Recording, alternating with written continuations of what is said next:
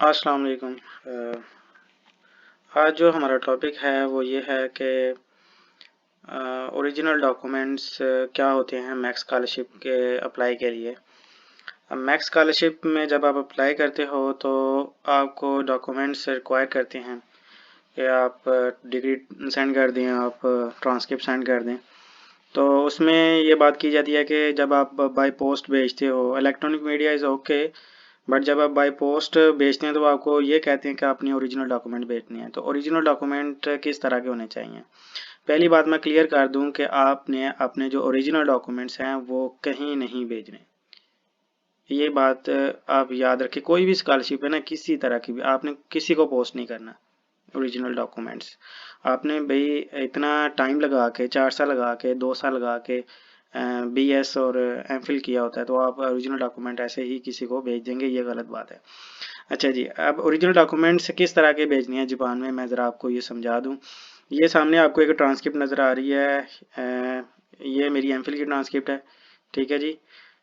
और इसमें जो ओरिजिनल डॉक्यूमेंट्स किस तरह कंसिडर किए जाते हैं, हम क्या चीज़ है, वो ज़रा मैं आप एक्सप्लेन करने लगा हूँ। आपने सबसे पहले जो आपकी जो ओरिजिनल डॉक्यूमेंट्स हैं उसकी करवानी है कलर कॉपी।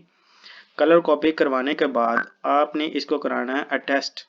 अटेस्ट दो तरीक़ों से अलाउ है। एक तो आप कचहरी जाके वहाँ पे नोटराई करवा सकते हैं। ये जो आपको नज़र आ रही है शेप, ये जो है, ये जो मोहर जो है, ये नोटराई की मोहर है। मैं इसको सर्कल कर रहा हूँ, ठीक है जी। ये जी मोहर है।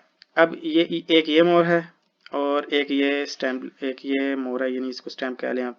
ये दो स्टैम्प वो लगाएंगे, ठीक है जी, कचहरी वाले। तो इसको हम कहते हैं कि ये डॉक्यूमेंट्स क्या हो गया, ओरिजिनल हो गया, ठीक है जी। जापानी इसको कहते हैं जी, ये ओरिजिनल हो गया, जापानीज।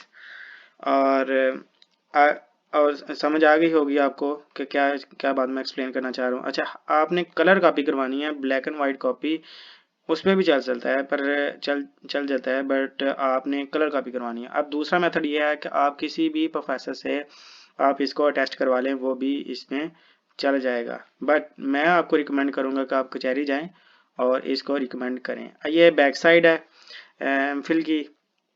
क्राइटेरिया के किस क्राइटेरिया के मुताबिक वो हमारी यूनिवर्सिटी पाकिस्तान में हमें देती रही है, ग्रेड देती रही है। आपने ये भी अटैच करनी होती है। अमूमन ये तो मेरी बैक साइड है ट्रांसक्रिप्ट की।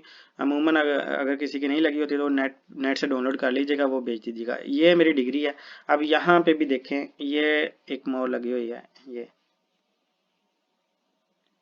अब एक ये है और एक ये है, ये नीचे,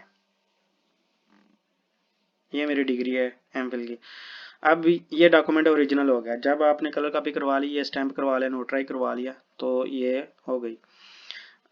उसके बाद ये मेरी BS की है, ठीक है जी। ये देखें, ये मोहर लगी हुई, एक ये है और एक है ये नीचे है, ठीक है जी। इसको कहते हैं हम जी ओरिजिनल डॉक्यूमेंट्स, ठीक है जी। In Japan, Japan MEXT scholarship के लिए इसको हम कहते हैं जी ओरिजिनल।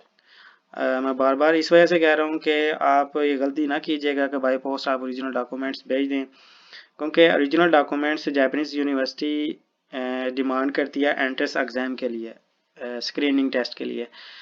वो जो एंट्रेंस एग्ज़ाम होता है ना, वो या तो आपका पहले हो जाता है जब मतलब अनाउंसमेंट होती है